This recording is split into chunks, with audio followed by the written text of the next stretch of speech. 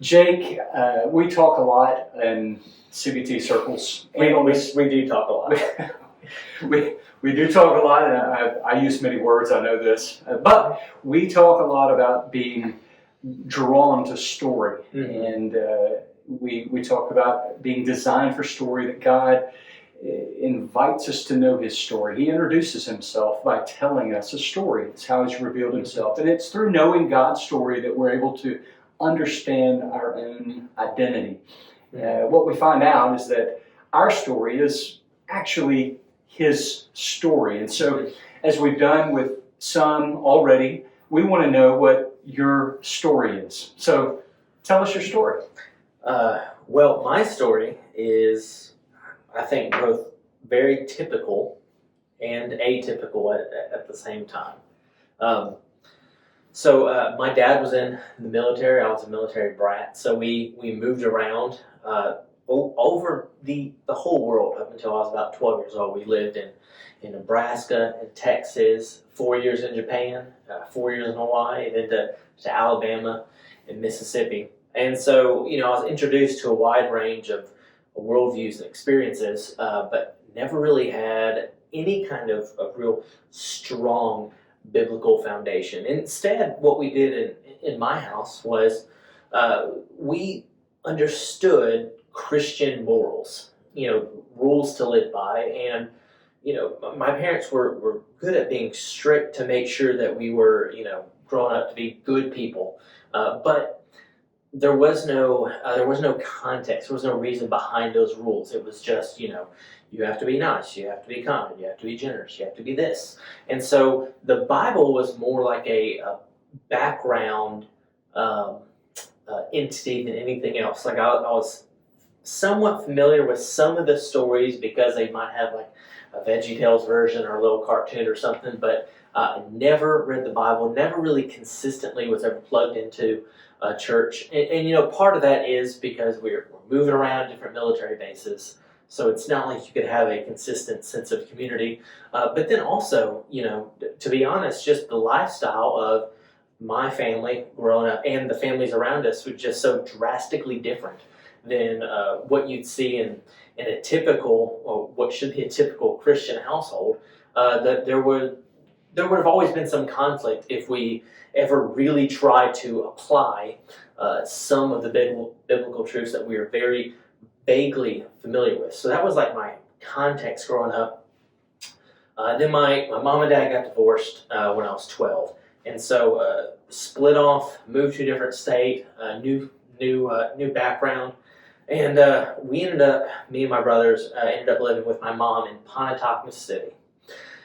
Now, unless you're from Pontotoc, you don't really know where Pontotoc is, but it's this mid-sized town in North Mississippi.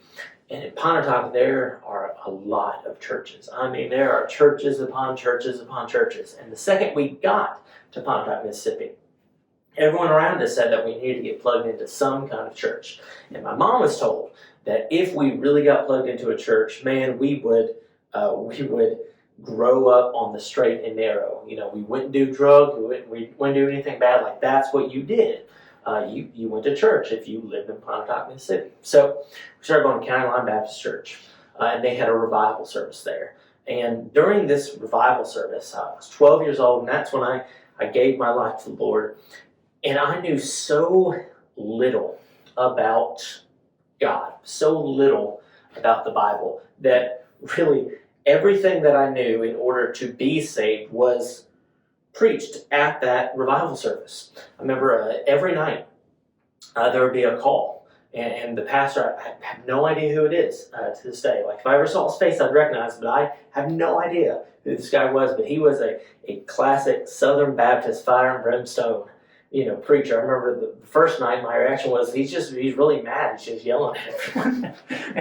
but he presented the gospel. He did so every single night. And so I didn't have a lot of context to what he was saying, but the gospel is simple enough and clear enough that if you are willing to listen to it and submit your life to it, it's possibly saved. So I actually gave my life to the Lord in the back seat of my family's blue I think it was a Ford 99 Windstar minivan, like in the parking lot. And the reason why I gave my life to the Lord in the backseat, in the parking lot after one of the revival services, is because when he did the invitation, this was several nights in a row I went through this, he gave the invitation, and I always thought, I'm not 100% sure if I'm supposed to like respond or get up and walk if he's talking to me, and I didn't want to be like, hey, I didn't want to stand up and start walking the aisle, and then someone be like, oh no, this isn't for you, and go sit back down. So instead, I was just listening, observing every night,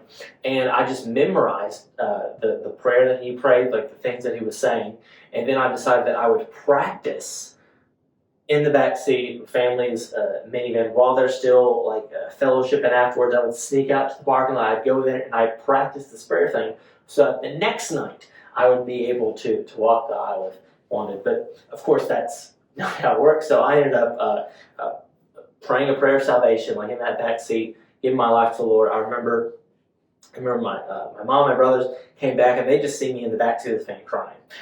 He was 12-year-old crying, and so they assumed like someone must have bullied him or something. I don't know. But we went through this dialogue, gave my life to the Lord, and that's when I would like to be able to say that my life took a dramatic shift and turn, and I was walking the straight and narrow, but of course that's not how a faith journey works. It's not that you get saved and immediately all of your problems are solved and you become this great, fantastic person. But from that point on, I did begin to notice, two different paths that people can walk in life. One is a path that is attempting to honor the Lord. To obey his commands, to live according to his will. And there's one that really is simply blatantly ignoring those rules and commands. And in every single church that we're ever familiar with, every single church we ever attended, you could clearly see definitively two different groups of people, and all the youth groups all growing up. And it's always funny because only the adults knew who was in which of the two groups. But everyone went to church, we knew which ones were the real ones, which ones were the fake ones. But the truth is, I didn't really start becoming serious about my walk until I was really a senior in high school. I had a lot of problems, a lot of baggage. I was saved, and I wasn't like a horrible kid, but I wasn't really pursuing God in any meaningful way until like I was a senior in high school. That's when I started to get serious, get my life right. So I went through about 2 to 3 years of really actually pursuing the Lord, reading the Bible for the very first time, like, attending a church service and then actually paying attention to what they're saying, getting it right in my mind between, those who said that they're following Jesus but aren't, and those who actually are and are pursuing. Because one of the things that really gave me baggage is, I knew some of the people, I had people in my own family that, from the outside, people would think that they are saved, good Christians. Like, well, I know what they're really doing, what they really believe, what they really think. So there was always this fear that like everyone is fake, including myself. I must also be fake, So I don't know if that makes sense. It makes sense to me. No, it makes sense. Yeah. Well, so keep going. It might make more sense. Yeah. So I end up going to college to ICC. It's Inawama Community College. We used to joke around at South Pontotoc that it's like grade 13 and 14 because everyone from the school went there because they had free tuition for those who graduated from Pontotoc County. So that's where everyone went. So I went to grade 13 and 14, and I'm trying to figure out what to do with my life. I'm trying to figure out what is the Lord's will. And the truth is, things that I used to find a lot of pleasure in just didn't really give me a whole lot of pleasure after that. And a lot of things that I thought I would want to pursue, I just really wasn't interested in them anymore. And so I was trying to figure out what is it that I could spend the rest of my life doing that's actually going to give me purpose. And because I had started taking my walk with Jesus seriously and began attempting to learn some of the biblical truths, what I quickly found was after about a year and a half of actually trying to learn and grow, I'd already surpassed a lot of my peers. Because the truth is, hardly anyone actually starts taking it seriously at that age. And so even with just like a year of serious, let me try and learn what the Bible says, I immediately found myself in a position, where people were asking me to lead Bible studies and talk and speak and help out with youth camps. And still at that time, I thought, like, I'm the last person in the world you should want doing this, but okay. And I think back to some of the things that I said and taught, and I'm like, man, I'm glad they aren't on film and recorded. So come back and bite me in the butt. Well, now that you say that, we do have one of your former students that we'll interview right after this. That'd be fun. It'd be interesting. They'd say, like, you said this, and I'd just be like, yeah, well, I was dumb. That was wrong. You ignore anything I said before I was like 24, 25. You can just ignore it, just put it away. I was attempting to explain things well, but and I'm sure 10 years from now I'll look back on this interview and be like, wow, you did an awful job communicating. But anyway, yeah, I think you'll look back in 10 years and you'll be like, man, Joel was amazing, and I just really, in that interview, I just really pulled him down. Yeah, I don't think that's what I'll ever feel. I'm pretty sure I'll look back and be like, see, Joel was old back then too. He's just older now. So you're attending grade 13 and 14. Yeah. And you're being asked to lead Bible studies. Mm-hmm. But you look back now and you recognize that you've grown so much since then. Mm-hmm. So pick it up from there. All right. So I'm helping out with this. Youth camp, like summer thing, like a 3-day thing. I'm just one of the group leaders. I'm teaching the 8th grade girls. I don't know how I got stuck with the 8th grade girls, but I'm teaching the 8th grade girls. They're in my little breakout class session thing. And the whole time, the theme for that week is answering God's call, right? It's the theme for the week, and they're using a passage from 1 Samuel, of Samuel answering God's call. He's working in the temple, and God calls him 3 times, and he keeps thinking that it's his master saying it, so he keeps going to him. He's like, no, it must be God. So this time respond with saying, Lord, your servant is listening. And he does, and he realizes that it's God's voice, that God has a call in his life. And so that's kind of the message, the theme for that weekend as we're going through it. So that's what the message has been centered on. That's what all the verses have been centered on, answering God's call. And it is the last day of that camp, and they're having the worship service, and they're playing the song Jesus Paid It All. Not the classic version, like at that point the new contemporary version, where they sing the chorus 12 to 20 times depending. Like you just repeat it, and you got a heavy drum beat, and it's all electric instruments. There's a fog machine, so there's all these things stacked up to build it. And I just had this tug in my heart over and over and over, and I finally decide, I'm gonna just say, in the middle of this song, I even said it out loud, like, Lord, your servant is listening. What do you want me to do? And God very clearly called me to the ministry. He said, this is what I want you to spend the rest of your life doing, a full-time ministry. And as a confirmation to that, I'm walking up to the front to say, like, hey, I just served my life to the ministry, because they're asking for responses.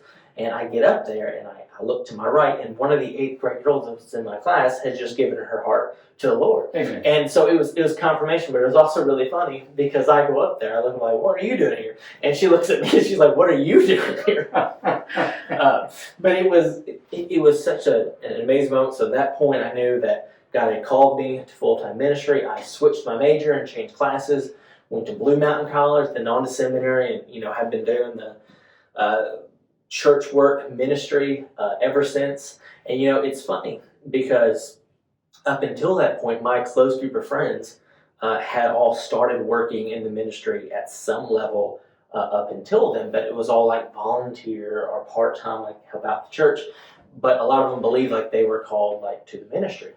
And I consistently said, up until that point, I have not received a call. I'm gonna take whatever job I can make the most money with. Like that was my 19-year-old response. The ironic thing though is now, they all have other jobs and they are still like helping out, volunteering like at their local churches. But ironically, I, who was the most stubborn in being willing to be a servant, and now the one who is doing it full time as a career. So, that's just God showing that He's a sense of irony. Well, that is really fun, kind of kind of thinking about just how much you didn't know back then, and yet how God honored a sincere desire to know Him, a sincere desire to know His Word, and that the progression of that faith journey, going from that 12-year-old in the back seat of the Ford 1999 Windstar minivan, to getting to the place where you're dipping your toe into those disciple-making waters, seeing some fruit, and at the same time knowing that God is calling you into ministry. And all of that in the context of a family that eventually found its way to church, but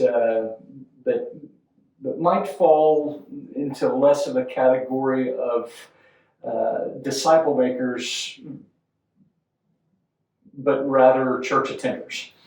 Yeah, the way I would describe it is, my family was and is still big fans of Christian morality, just not huge fans of the actual story. And it's such a unique thing to think and do, because I have family members, and not just immediate family members, but I have family members that will say, like, I'm a Christian, I believe in God, I do all this. But you ask a specific question, like, well, do you believe Jesus was like a real person? It's like, well, I don't know about all that. It's like, okay, but you're a Christian. Well, yeah, of course I believe in God. It's like, okay, so you believe that there is a God, that He's judged, there's a heaven or hell. Well, I mean, I'm thinking if there is some kind of afterlife, there's lots of ways to get to it. It's like, okay, so by what definition, what they really mean is they agree with most of the morals that the church teaches. And so that's that mindset that I was in. It's not that I grew up in a household and there's rampant abuse and drug use and like, oh, my parents were serial killers or something. Like, that wasn't the experience, but the experience was, really a what I would describe as a very shallow but typical upbringing. Even the divorce nowadays, like, that's a typical family background that's seen for most people in America today. Yeah, and I know, from where you sit right now in your faith journey, you understand and rejoice in the fact that God picks up broken pieces of our lives. He redeems, He restores, He renews, and